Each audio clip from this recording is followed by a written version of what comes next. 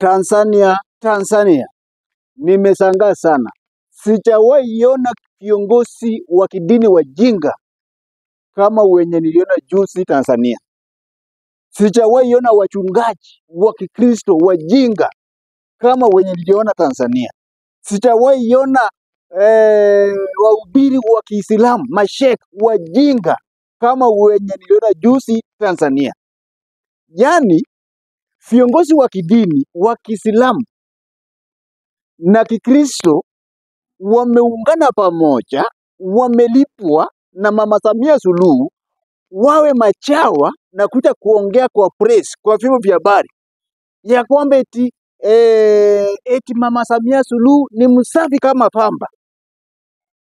Alafu wanaanza kupeana warning, wanatishia wananchi wa nchi ya Tanzania wakiwa kwao. Wajinga sana, yaani wajinga sana. Nilishangaa sana.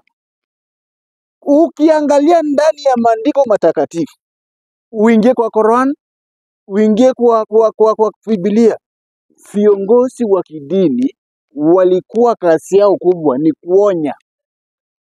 kuonya watawala. Viongozi wa kidini kulingana na maandiko, sisi ni wasomi wa maandiko matakatifu. Viongozi wa kidini ambao walikuweko walikuwa wanaonya watawala na kuambia ukweli wa maneno, sio kuwaficha. Sasa wao wamekuja, imagine, sio rahisi upate Wakristo na Waislamu wameungana. Sasa walipolipwa Tanzania muko na shida. Ole wenu, yaani ole wenu wananchi wa kawaida wa nchi ya Tanzania. Maana kama watu wanajifanya kana kwamba wao ni wachungaji wa Kristo, wao ni wahubiri, mashekh wa Kiislamu, eti sasa wamekuja pamoja kwa sababu wamelipwa wakuje kutishia wananchi wa nchi ya wapi? Ya Tanzania. Wanatishia. Why? Kazi yenu kama wananchi, kama wachungaji, wahubiri wa kidini ya Kiislamu na Kikristo, ina maana ya kwamba nyinyi msikika na kwamba Mama Samia Suluhu wakiwa na Kikwete na huyo Komando Muriro na huyo Mr. sehemu nyeti sawa mama, maana China Mafuele hapa kwetu, China Mafuele ni sehemu nyeti sawa mama, Mr. sehemu nyeti sawa mama na huyo Yesu wa Waendogo wanashirikiana kuteka na kuua watu. Saa hii mungekuja kama dini, viongozi wa Kiislamu, viongozi wa Kikristo, mkuje pamoja, muonye mtawala au watekaji, wauaji. Lazima ujiulize kwanza. Jiulize kwanza, nyinyi kama viongozi wa kidini. Jiulize kwanza. Swali ya kwanza. Mbona kila mwananchi wa nchi ya Tanzania wa ukweli hataki Mama Samia Suluhu? Kuna yule mpumbavu, shuni Sheikh gani yule, alikuwa anasema eti CCM kuna vijana mamilioni na kila mtu ako na simu. Niliwaambia hapa ya kwamba wananchi karibu 95%, asilimia 95 wako ndani ya Jamhuri ya Muungano wa Tanzania wamelazimishwa kukaa ndani ya chama. Wanapofaa nguo, unapoona vijana ama wazee wa mama wamefaa vichola, wamefaa sijui buibui, wamefaa vitambaa, wamefaa matishati ya CCM, usifikirie wamekubali ndani yao. Ni ile tu wanajua ukikataa kufaa, biashara yako iko tabani ama maisha yako natafutwa. Sasa hao vijana unaona wako ndani ya wamevalia t-shati za CCM. Wale watu sio wanachama halisi wa CCM. Ni vile tu Tanzania ukionekana kana kwamba hauendani pamoja ama uko nje ya chama cha CCM, biashara yako, familia yako, maisha yako yanawindwa. Ndio maana unaona watu ni wengi wanasabikia oye, lakini ni kwa sababu Tanzania ni nchi nakula watu. Tanzania ni nchi inakula watu. Ili asiliwe inafaa ajilazimishe kuvalia kitambaa ama tisheti ya CCM. Ndio maana niona yule mpumbavu hajawahi sikia ya kwamba eti kwa kweli naonanga vijana wenye wako CCM ni wengi, alafu wako na simu za kisasa. Hao naona ndio hao wana comment, enda kwa comment section. Hao naona wa CCM wamevalia vitambaa, wamevalia matisheti, wamevalia makofia. Hao ndio wana comment ya kwamba hawataki Mama Samia Suluhu Idi Amini mama. Wewe na ujinga yako unakuja kuropoka tu, kuropoka. Wewe jiulize, marais wangapi wamekaa Tanzania? Marais ni wangapi wamekaa Tanzania? Wengi. Marais ni wengi wamekaa ndani ya Tanzania. Hakuna rais amewahi kera. Hakuna rais amewahi kera wananchi wa Tanzania. Paka sasa sio wa Tanzania peke yake. Paka saa hii angalia Umoja wa Afrika Mashariki. Tumesangaa ni nini hiki kinaendelea Tanzania? Maana haijawahi kuwa hivyo. Haijawahi kuwa hivyo. Niliona sasa paka Umoja wa Mataifa wamekaa kikao kujadili nchi ya Tanzania juu ya upumbavu, uwachi. Niliona wameweka wa kujadili jinsi how comes mtu ambaye amekuwa mbunge, amekuwa katibu mwenezi wa chama cha CCM, amekuwa balozi wa nchi kubwa za ng'ambo, anatekwa kimaramara, anatekwa kama hizi. Yaani mshike Humphrey Polepole ni mtu amekuwa mbunge, amehudumia wananchi, amekuwa katika rank kubwa ya chama cha CCM, chama tawala cha nchi ya Tanzania. Amekaa mtu mkubwa, alafu mnamtaka kama mtoto. Nikaona kikao kimewekwa, Umoja wa Mataifa unaongelelea upuzi na upumbavu ambao unaendelea ndani ya nchi ya Tanzania. Alafu nyinyi viongozi wa kidini ambao nyinyi ndio mungeambia ni soma Biblia na Korani vizuri. Naona hao watu ni wapumbavu, ni kama hata hawajasoma. Kazi ya kiongozi yeyote ya kidini ni kukosoa mtawala, kuambia hapana hapo. Sasa angalia ujinga sana. Sasa mungekuwa mnaongelelea ile issue ya kufunga makanisa, yani issue ya kufunga makanisa, nyinyi muone. Issue ya watu kutekwa na kuuawa, nyinyi muone, mnaona tu pesa. Yani nyinyi wachungaji ambao mnasoma maandiko matakatifu, na maandiko inasema kila nabii ambaye aliyekuweko katika Agano la Kale ama Agano Jipya, kazi yao ilikuwa ni kukosoa watawala. Life. Sasa nyinyi ni wa wapi? Sasa mumeona pesa, mnaabudu pesa, hamtaki kuongea kweli ambacho kiko ndani yenu. Hebu angalia kwa hiyo kilipi yenu, comments siko huko. Wale vijana wanafalia nguo za CCM, wao ndio wana comment, wanasema no reforms, no elections. Nikaona Sheikh mwingine anajifanya kama ni wa ukweli. Eti aliposema no elections, no reforms, no elections, hakuelewa.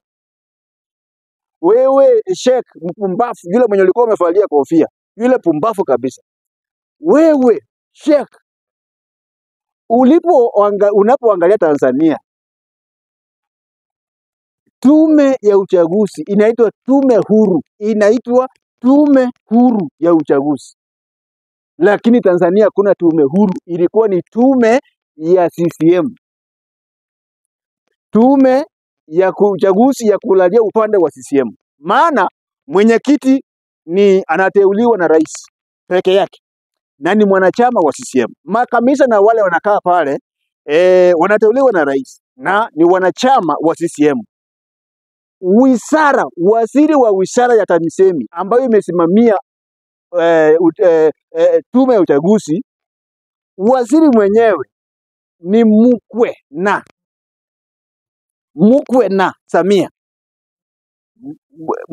kijana mwenye ameoa mwanamume wa binti wa Samia, ndio waziri wa TAMISEMI ambayo ndio amesimamia wizara ya uchaguzi.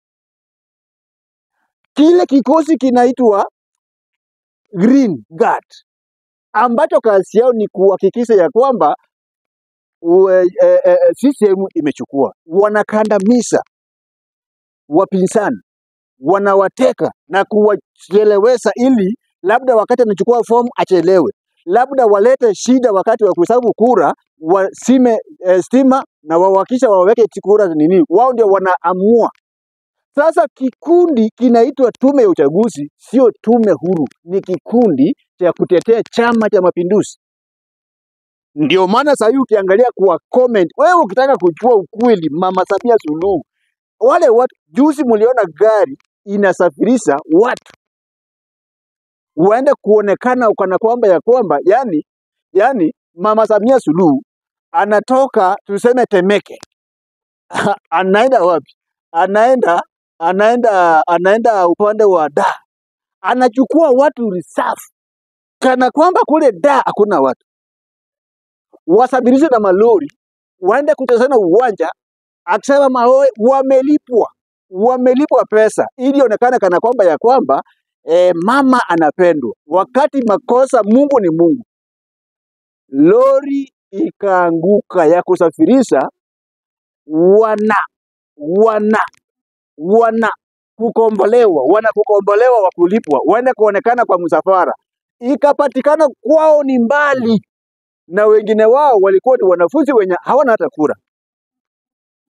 Hivi nyinyi viongozi wa kidini, huu ni upumbavu gani mnaongea na dunia?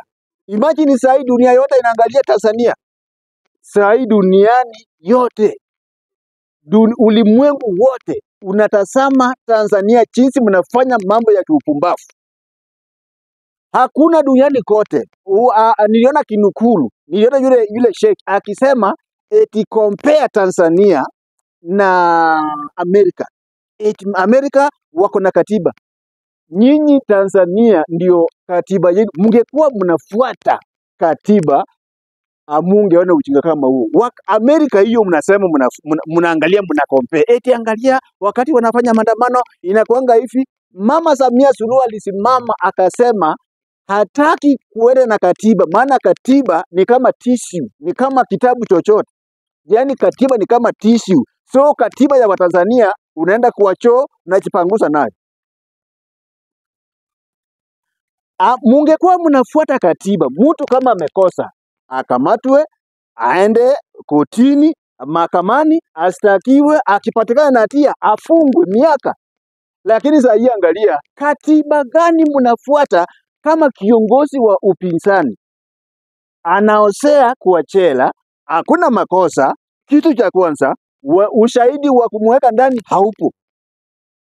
So wale mahakimu wako pale wanaongozwa na kuambiwa vile wanafanya. Yani kesi ni Mama Samia Suluhu anasema huyo funga, huyo wachilia. So sio mahakama na mahakimu wanafanya kazi yao.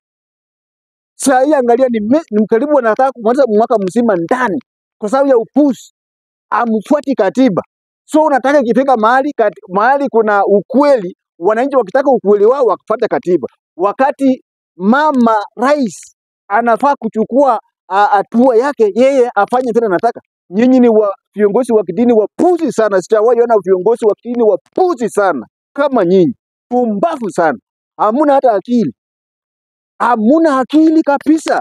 Wacha niwaambie viongozi wa kidini, enda katika maandiko yako, walikuwa wanapea ushauri na kukosoa watawala kutoka mwanzo. Saa hii mungekuwa mumeuliza watu wetu wanaotekwa, sisi kama viongozi wa kidini, maana mnahubiri uhai. Mambo ya Mungu yanataka watu wawe hai. Kuna mahali maandiko baadaye, Yohana 10:10, Yohana 10:10 inasema mwivi haji ili auwe, achinje na kuharibu. Yohana 10:10, mwivi haji ila aibe, auwe na kuharibu. Sasa lakini Yesu kulingana na maandiko, hiyo ni Yohana 10:10, lakini Yesu alikuja ili wawe na uzima tele tena tele.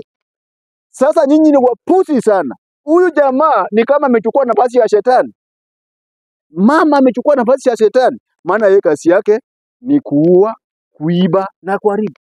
Ameua wangapi? Ameharibu michi ngapi? Ameharibu ndoa ngapi? Ameharibu familia ngapi? Maana saa hii ndani ya nchi watu wanalia, wako na kilio duniani kote, wanalia nchi mzima, wakilia wapendo wao, wametekwa, wamepotezwa, wameuawa. Alafu nyinyi wapusi mnakuja, Mungu amewapea nyinyi nafasi ya kurekebisha na kuonya. Mnakuja kulipwa pesa, mnakuja kusema mama ako sawa, eti sasa hivi ni hivi. Mungekuwa mmeleta suluhisho, leta suluhisho. Inasema nyinyi ni chumvi, chumvi inapoingia ndani ya mboga inaleta suluhisho. Viongozi wa kidini ni watu wa kuleta watu pamoja, ni watu wa kuleta amani. Sasa mnapewa pesa, mkute kusema ya kwamba mama hajawahi teka, mama hajawahi ua, mama ako sawa. So Tundu Lissu yeye ndiye ako na makosa. Mnataka kuhukumu kama nani? Pumbafu nyinyi. Pumbafu nyinyi. Tawekea kilipu. Muone vile wapumbafu walikuwa wanaongea. Hiyo baada ya video, mtaona kilipu inafuata nyuma yake. Wapumbafu wanakuja eti sisi mimi ni bishop, mimi niko na wamefaa paka makola. Pumbafu sana. Wamefaa paka makola imefika hapa. Watanzania, wacha niwaambie. Nimewahi sema na nitawahi sema na nitasema. Wasungu walikuwa wasomi, walikuwa na akili, walikuwa na silaha hatari, bunduki. Waafrika wajinga hawajasoma, lakini walipokuja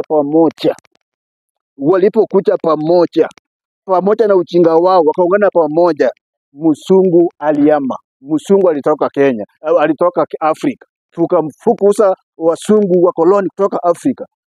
Musilalie masikio. Mukilalia mutatekwa moja kwa moja, kamoja, mutamalizwa yote. Tanzania ipewe Waarabu, ipewe Wazanzibari. Kwanza nyinyi Watanganyika na wahurumia, Tanganyika bara na wahurumia sana. Wanaowateka ni Mama Samia Suluhu, ni Mzanzibari. Huyu Mafuele ni Munyarwanda. Sasa anapoua Watanganyika, nyinyi ndio wajinga mnauawa. Hawana damu ya kufuruta ya kwamba ni wenzetu. Maana mama ni Mzanzibari, Mafuele ni Munyarwanda, Komando ni Muriro, ndio sio kama kwao ni wapi, wanawataka na kuwaua. Nyinyi mmekaa tu.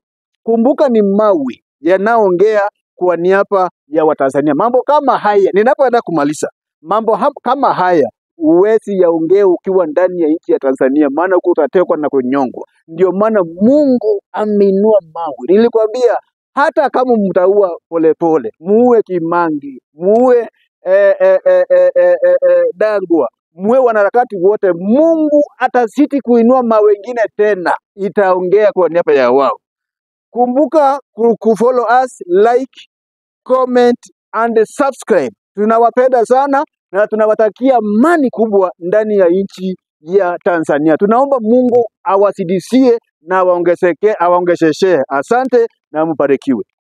Sasa tunahitimisha mkutano wetu kwa tamko la pamoja. Viongozi wa dini, mashehe, wachungaji na viongozi wa kisiasa. Tamko la kwanza tunalisema hivi: vyama vya siasa ambavyo havikushiriki uchaguzi viache kutoa kauli za vitisho kuwatisha Watanzania wasiende kupiga kura. Viwaache Watanzania wote wakachagua kiongozi wanayemtaka. Kama kushiriki katika uchaguzi hauna mandate yoyote ya kuwachagulia Watanzania kiongozi. Tamko la tatu, jambo la pili, wenzetu, ndugu zetu wa Kenya, tunaomba mtuachie nchi yetu. Watanzania hatuli malungi wala hatuli nini. Sisi vichwa vyetu ni vizima, tuna akili timamu. Hatuhitaji chochote katika nchi ya Kenya. Tunaiheshimu Kenya kama jirani zetu, tunamheshimu Rais William Ruto na hatuna sababu ya kumtukana na kumjia heshima. Tunampenda, tunamheshimu. Lakini mambo yetu ya ndani ya nchi hatuhitaji mtusaidie, na wala hatukuwatuma mtusaidie. Jambo la nne, kumekuwa na wanasiasa wanasema wanatusaidia, hatukuwatuma watusaidie sisi. Sisi tunahitaji msaada kwa Mungu tu. Hatuhitaji msaada kusemewa na mwanasiasa yoyote. Hii nchi huru, tuna uwezo wa kufikiri na tukatoa maoni yetu kwenye serikali na ikatusikiliza. Jambo la tatu, tunawaonya wale Watanzania wote waliofeli kimawazo wakaenda ugaibuni. Yule dada aliyoko Japani, Mange Kimambi, na wengine walioko Kenya, na wengine walioko Marekani na Uingereza, tunawaomba, tunawaonya waache mara moja kumtukana Rais wa Jamhuri ya Muungano wa Tanzania, kuitukana serikali, kutukana viongozi wa vyombo vya ulinzi na usalama akiwemo IGP, mkurugenzi wa usalama wa taifa, mkuu wa majeshi na vyombo vingine vyote. Waache mara moja, waache mara moja. Haya tunataka wayasikilize na waache mara moja. Jambo la 4, tunataka tuseme kwamba maendeleo ya taifa tunayaona. Rais Samia Suluhu Hassan hatusemi kwa kujipendekeza kama chawa, tunasema kama Watanzania, kwa sababu mabaya tutayaona na mazuri tunayaona. Kwanza watu wajue serikali haiongozwi na malaika, inaongozwa na watu. Makanisa na misikiti haiongozwi na malaika, inaongozwa na watu. Na sifa kubwa ya mwanadamu ni kukosea, na yule anapokosea, anapoelekezwa kwamba umekosea, mwanadamu mwenye akili ni yule anaangalia pale alipokosea akarekebisha. Rais John Magufuli amefariki, Mwenyezi Mungu ampokee huko aliko na amlipe yale aliyofanya. Lakini tunasema hivi, miradi yote mikubwa aliyomwachia Rais Samia Suluhu Hassan mama ameitekeleza. Atupigi kampeni atajipigia mwenyewe, lakini haya tunayasema. Mradi wa reli ya umeme unakwenda hivi, unakimbilia Mwanza. Mabarabara yote Dar es Salaam nzima mama kafumua, anatutengenezea barabara. Mashule na mahospitali mama ametengeneza. Sio kama tunaelewana? Watu wa Mwanza, semeni wa kweli, daraja la Busisi ambao lilikuwa ni mradi mkubwa limekwisha. Ile meli ya kutoka pale kwenda kule Bukoba imekwisha. Watu mnapanda, mnaenjoy. Watanzania tunahitaji nini? Si tunachohitaji ni maendeleo, sio chama. Kama masuala ya katiba tunasema hivi, katiba ya Wakristo ni Biblia, katiba ya Waislamu ni msaafu. Kama Biblia na msaafu watu hawavisikilizi, watu wanazini na kuiba, watakuja kuiheshimu katiba ya nchi iliyopangwa na wanadamu? Kwa lazima tufike sehemu tuwe wa kweli, tuwe wa kweli na tuwe wa kweli. Serikali kazi imefanya, yapo madhaifu imeyafanya, lakini madhaifu hayo inaelekebesha, inayashughulikia. Kwa hiyo tunaomba sana ndugu zetu wa Tanzania, mtuelewe. Tunahitaji kutoka watu wapige kula, tunakuombeni tokeni mkapige kula. Mnamchagua nani mtajua wenyewe, sisi hatuambii mnamchagua nani. Mnamtaka chama gani mtakijua, vyama viko vingi na wagombeaji wako wengi. Nendeni mkapige kula. Tunaviomba vyombo vya ulinzi na usalama ambao wao ndio wenye dhamana ya nchi. Yoyote atakayesubutu kuashiria au kutamka kuvunja amani au kushawishi maandamano kabla ya uchaguzi, siku 3 zikibaki, huyo mtu akamatwa usiku wa manane na kuhifadhiwa. Baada ya uchaguzi aachiwe, taifa liendelee. Hata Biblia imesema mtu mmoja afe kwa nini? Kwa niaba ya nini? Ya taifa likombolewe. Huu ndio ukweli. Sasa hatuwezi kukubali sisi taifa liangamie kwa sababu ya watu wachache kujipatia maslahi yao. Yaani hapo ndio tuko serious. Tunacheka lakini mioyo yetu inaloa damu. Tunasema kweli kwamba yoyote atakayesimama hata kusema au kufikiri tu kwamba anataka kuandamana, yani akibainika, mara moja achukuliwe, akahifadhiwe. Tunasema tunajua mchango wa dola imefanya kazi kubwa na itaendelea kufanya kazi kubwa. Sisi kama watu wa dini, kazi yetu sio kulaani viongozi, ni kuwaombea viongozi kwa Mungu. Wakikosea tunaombea Mungu awasamehe wakae sawa. Wakipatia tunaombea kwa Mungu azidi kuwapa uwezo na maono ya kufanya yaliyokuwa mema. Hawa nyuma ndio viongozi wa dini. Tunaye baba askofu atafunga kwa maombi, tunaye baba shekhe atafunga kwa maombi, tunaye mwanasiasa mkubwa Mdovuto atasimama atatoa tamko na msatoa. Tunao wachungaji na wadau kina mama kutoka asasi za kiraia. Kwa hiyo hapa tumekamilika. Baba mchungaji, toa tamko la mwisho ili aweze kufunga baba askofu. Wengi wa waandishi wa habari mnanifahamu, ni mwanadiplomasia mchungaji Poli. Sina mengi zaidi ya kusema kwa sababu mengi yamesemwa. Tunalokwenda hapa kuliangalia mbele yetu ni swala la uchaguzi wa Oktoba 29. Nitakuwa nafanya revision kwa wale waliongea ambao nitakuwa nakula muda bila sababu. La lililo kubwa na jaribu kumgusia au kumzungumzia rais wetu wa Jamhuri ya Muungano wa Tanzania.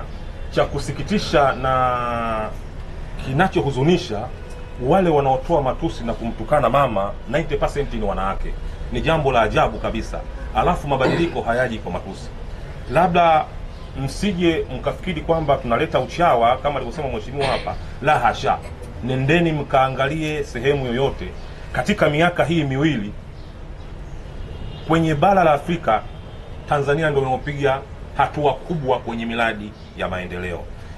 Ninachotaka kusema, kuna msemo tunasema chuki mchukieni, lakini haki yake mpeni.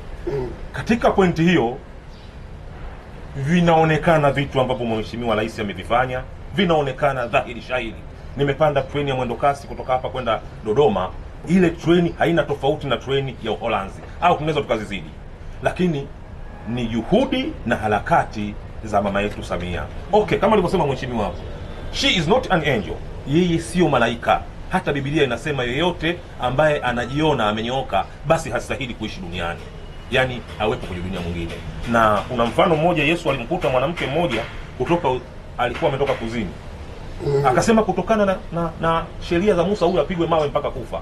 Yesu kwa kukataa alisema asiyekuwa na dhambi awe wa kwanza kurusha mawe. Kuna Mtanzania ambaye hana dhambi hapo? Hamna. Wote tuna dhambi, wote tuna madhaifu, wote tuna mapungufu. Lakini mimi kikubwa ninachopenda kukitoa au kuongea kwa mheshimiwa rais ni kwamba yeye ni simba, na kama simba anapopita mbwa huwa wanabweka, basi yeye asisikilize mbwa anaobweka, yeye aangalie mawindo kwa ajili ya maendeleo ya nchi yetu ya Tanzania.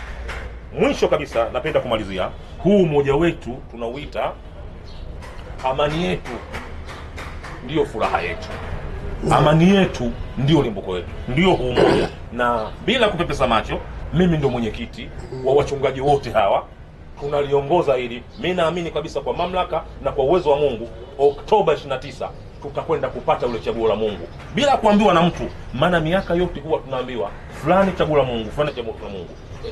Oktoba 29 yeyote atakayochaguliwa yule ndiyo huyo utakomkubali na kuamini kwamba chaguo la Mungu. Asanteni sana. Baba Askofu kwa ajili ya maombi, alafu baadaye tafuta Baba Shehe kwa ajili ya maombi. Watanzania wote tujiandae kupokea maombi, lakini ni kwamba uongozi huwa haupewi kwenye kikombe kama vile kikombe cha chai duniani kokote, na watu wajue. Hata mimi msikitini kwangu, kama ninao msikiti kunitoa shughuli, siwezi kukuachia msikiti hivi. Yaani huo ndio ukweli, tudanganye watu. Hata wewe mchungaji kanisani kwako utatolewa hivi kenyekereke? Mtu aje from nowhere achia mimi simama madhabahuni akiwa muhuni. Kwa hiyo tunataka viongozi wawe ngangari kama hivyo. Hata katika Qur'ani Nabii Suleiman aliapa, mnajua mashehe, katika Qur'ani aliapa akasema Mwenyezi Mungu usimpe mtu yoyote ufalme mpaka mimi nife Suleiman. Sasa itakuja kwa urais mimi kuachia hivi au waziri mkuu ni kuachia hivi? Haiwezekani. Tunachotaka viongozi wakae, lakini wawe waadilifu basi. Si hatuna tamaa kuingia Ikulu. Tunahitaji viongozi wawe waadilifu, lakini swala la kusema niachie Ikulu, ndugu zangu, ni Ikulu haiachiwi. Ikulu sehemu takatifu, sio kuchezea. Kule hatuendi kukata viuno, kule Ikulu inataka watu wenye maamuzi magumu. Baba Askofu, karibu babangu. Baba, katika jina la Yesu, mfalme mwema mwaminifu, asante kwa sababu tulipoanza mkutano huu kwa ajili ya taifa letu la Tanzania, kwa ajili ya amani na kwa ajili ya uchaguzi utakaofanyika 29 Oktoba, tumebaki siku chache tu ili Bwana utupatie rais, utupatie wabunge na madiwani watakaoweza kusimamia haki ya Watanzania. Neno lako ni amina na kweli. Ayubu 22:28 anasema nawe utakusudia neno, nalo utathibitika kwako, na mwanga utaziangazia njia zako. Baba, unalipenda taifa la Tanzania, unawapenda Watanzania. Tuliopo hapa ni baadhi tu, wapo wengine wengi ambao wanapenda amani tulionayo, wanapenda utulivu tulionao. Baba, ninaomba ukasimame kwa ajili ya taifa hili. Anasema neno lako katika Zaburi 127 mstari wa kwanza, Bwana asipoujenga mji, yeye ajengaye afanya kazi bure. Bwana asipoulinda mji, yeye alindaye akesha bure. Baba, ukawe mjenzi wa taifa letu la Tanzania, na ukawe mlinzi juu ya taifa letu la Tanzania dhidi ya watu wabaya wenye kuchafua amani na utulivu tulionao. Ninaomba Baba, kila mmoja akahamasike kwa ajili ya Oktoba 29. Kila mmoja akasimame katika nafasi yake kupiga kula, ili tuweze kupata rais mwadilifu, mwenye hofu ya Mungu, atakayesimamia haki ya Watanzania. Baba, asante kwa ajili ya viongozi wetu hawa ambao wametukutanisha hapa. Ni kazi, si kazi rahisi, ni kazi kubwa. Asante kwa ajili ya Mr. Mwaipopo, na asante kwa ajili ya mchungaji na wengine wote waliomobilize Baba mkutano huu, na wote waliozungumza Baba, ni kuonesha mapenzi mema kwa ajili ya taifa hili. Utusaidie Bwana na utuwezeshe, utuweke mbali na watu wabaya wenye ila mbaya, ukawaonye na wasipokubali ukawakemee kwa jina lako Yesu. Baba, tuajiachilia mikononi mwako, na rais wetu pamoja na baraza la mawaziri na kila department waliopo madarakani kwa sasa, walinde, watunze, wape hekima, wape ufahamu, wape maarifa, wape moyo mkuu, kama uliomwambia Joshua alipochukua madaraka, ya kwamba uwe na moyo mkuu na moyo ya ushujaa na ujasiri. Maana si kazi rahisi kuongoza. Kama familia tu baba anaweza kakimbia mama na watoto, sembuse watu karibu milioni 7, inahitaji hekima na ufahamu wako. Ukampe hekima na afya njema rais wetu, ni kwa jina la Baba na Mwana na Roho Mtakatifu. Amen. Amen. Asante baba. Asante sana. Sheikh Abubakar Kada, ufanye maombi. Naam. Tasoma sura mbili hizi, kul a'udhu birabbil falaq na kul a'udhu bin nas. Afunta soma bismillahir rahmanir rahim. Kul a'udhu birabbil falaq min sharri ma khalaq wa min sharri ghasiqin idha waqab wa min sharri nafathati fil 'uqad wa min sharri hasidin idha hasad. Bismillahir rahmanir rahim. Kul a'udhu birabbin nas malikin nas ilahin nas min sharril waswasil khannas alladhi yuwaswisu fi sudurin nas min al-jinnati wan nas. Bismillahirrahmanirrahim. Alhamdulillahil alamin. Salatu wassalamu ala rasulillahi sallallahu alaihi wasallam. Mwenyezi Mungu tunakuomba kwa ajili ya mkusanyiko huu ya Rabbil alamin. Mwenyezi Mungu tunaomba kwa niaba wa Tanzania wote ya Rabbi, walioko mbali na walioko karibu ya Rabbi.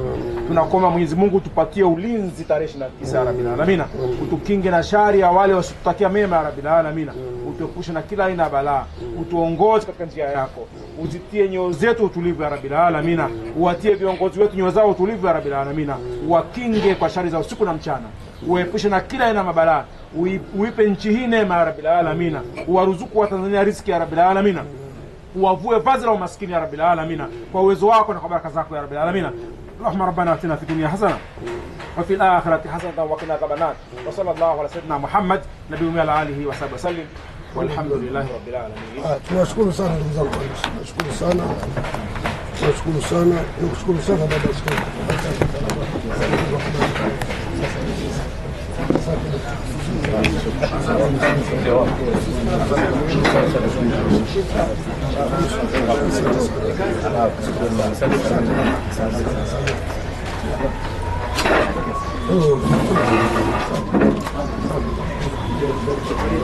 Askofu.